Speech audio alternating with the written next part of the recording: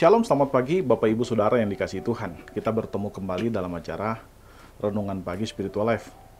Pagi hari ini kita akan kembali melanjutkan pembacaan Alkitab kita yang terambil sekarang dari kitab Kejadian pasal 23 ayat 14 sampai 20.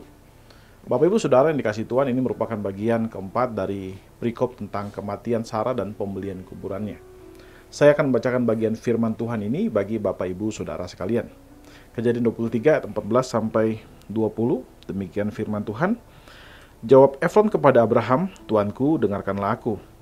Sebidang tanah seharga 400 sikal perak, apalah artinya itu bagi engkau dan aku? Kuburkanlah saja jenazah istrimu."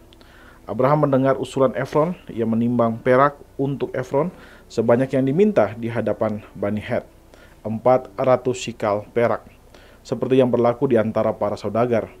Demikianlah ladang Efron yang terletak di Makapela, di sebelah timur Mamre, ladang dan gua yang di sana, serta semua pohon di ladang itu hingga seluruh batas tanah itu, beralih kepada Abraham menjadi miliknya di depan mata Bani Het, di depan semua orang yang datang di pintu gerbang kota. Sesudah itu Abraham menguburkan Sarah, istrinya, di dalam gua ladang Makpela, di sebelah timur Mamre, yaitu Hebron, di tanah Kanaan. Demikianlah ladang dan gua yang ada di sana beralih dari Bani Het kepada Abraham menjadi kuburan miliknya. Bapak Ibu Saudara yang dikasihi Tuhan, perikop yang baru saja kita baca ini merupakan kelanjutan dari peristiwa kematian Sarah dan bagaimana Abraham meminta tanah kepada orang Het untuk menguburkan istrinya. Saudara, di ayat sebelumnya kita sudah melihat bagaimana Abraham berbicara kepada Efron, khususnya supaya dia memberikan tanah, itu daerah ada gua Makpela dan juga ladang, untuk dijual kepada Abraham. Namun kemudian Efron menolak. Lalu Efron berkata bahwa ya 400 sikal perak itu apakah artinya bagi aku dan engkau? Mendengar hal itu, Abraham segera menimbang 400 sikal perak dan kemudian membayar 400 sikal perak. Di sana juga dikatakan bahwa itu merupakan harga yang umum, yang wajar pada saat itu. Dan setelah Abraham membayar untuk pembelian gua dan ladang itu, maka ladang dan gua itu kemudian diserahkan kepada Abraham menjadi milik Abraham di hadapan orang-orang Het pada saat itu. Nah, saudara, satu hal yang menarik di sini adalah ketika Efron menawarkan gua dan ladang itu sebagai pemberian dan Abraham tidak perlu membayar, Abraham justru menolaknya. Abraham bersikeras bahwa dia harus membayar untuk tanah itu dengan harga yang pantas dan wajar, sebagaimana yang berlaku pada saat itu. Saudara, Abraham ingin membayar tanah itu untuk menghormati dan tidak terkesan memanfaatkan kebaikan dari Efron dan orang-orang Het. Abraham tidak mencari keuntungan diri sendiri. Ia tidak mau memanfaatkan kebaikan Efron dan juga orang Het untuk kepentingan diri sendiri. Sebaliknya, ia bertindak dengan penuh integritas dan kejujuran, serta membayar nilai yang wajar untuk tanah itu. Saudara, di zaman sekarang kita hidup dalam dunia yang penuh dengan nilai-nilai yang egoistis dan juga ketamakan. Egoisme dan sikap ketamakan telah menjadi hal yang dianggap normal bagi masyarakat saat ini. Alkitab justru mengajarkan kita nilai sebaliknya. Sebagai umat Tuhan, sebaiknya kita melihat kehidupan Abraham sebagai bapa leluhur iman kita yang tidak tamak dan juga jujur. Dia juga tidak aji mumpung menyalahgunakan kebaikan orang lain untuk mencari keuntungan bagi dirinya sendiri.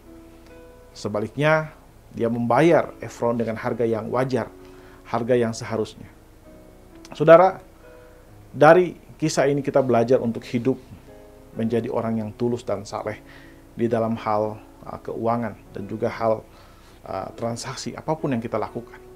Jika kita berhutang, maka kita harus melunasi hutang itu dan kita jangan lari daripada hutang itu.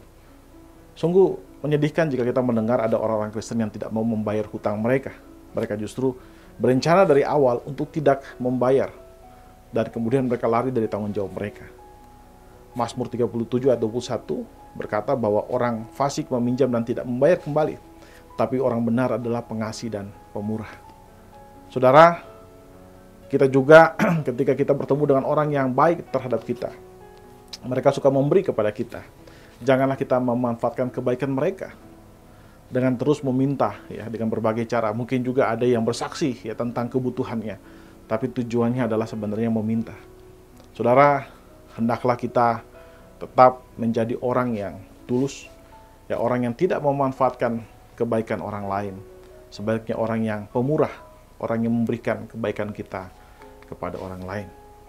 Pagi hari ini kita belajar sesuatu hal yang penting tentang bagaimana hidup sebagai orang percaya, sebagai umat Allah yang telah dipisahkan dari dunia.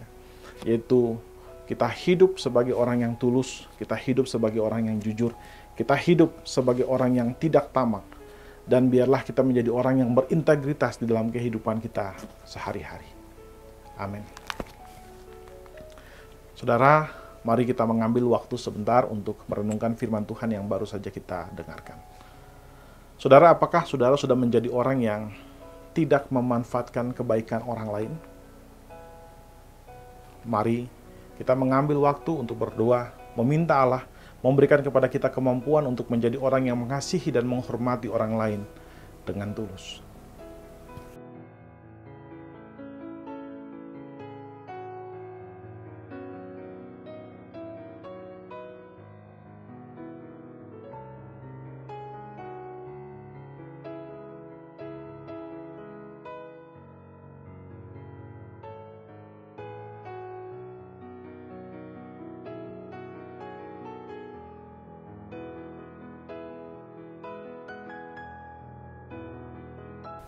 Saudara, hendaklah kita selalu mengasihi sesama kita dengan tulus.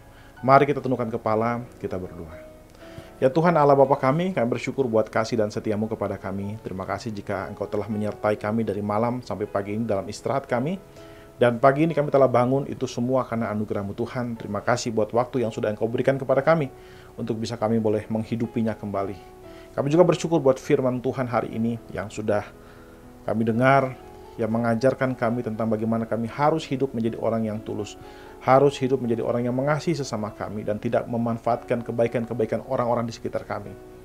Terlebih lagi, kami harus bersikap adil kepada mereka, jujur terhadap mereka. Tuhan Yesus, ajar kami Tuhan, supaya dalam setiap langkah yang kami lakukan, karakter-karakter Kristus itu semakin nampak di dalam kehidupan kami. Kami juga berdoa menyerahkan kehidupan kami ke dalam tangan-Mu Tuhan. Apapun yang kami kerjakan hari ini Tuhan, dari pagi, siang, sampai malam nanti, biarlah kami mengerjakan semua hanya untuk kemuliaan nama-Mu saja, dan di dalam kekuatan kasih karunia-Mu saja. Di dalam nama Tuhan Yesus, kami menyerahkan hidup kami ke dalam tangan kasih-Mu saja Tuhan. Amin. Amin. Bapak Ibu Saudara yang dikasihi Tuhan, demikian renungan kita pada pagi hari ini. Selamat menjalani hari ini, dan Tuhan Yesus memberkati Bapak Ibu Saudara sekalian.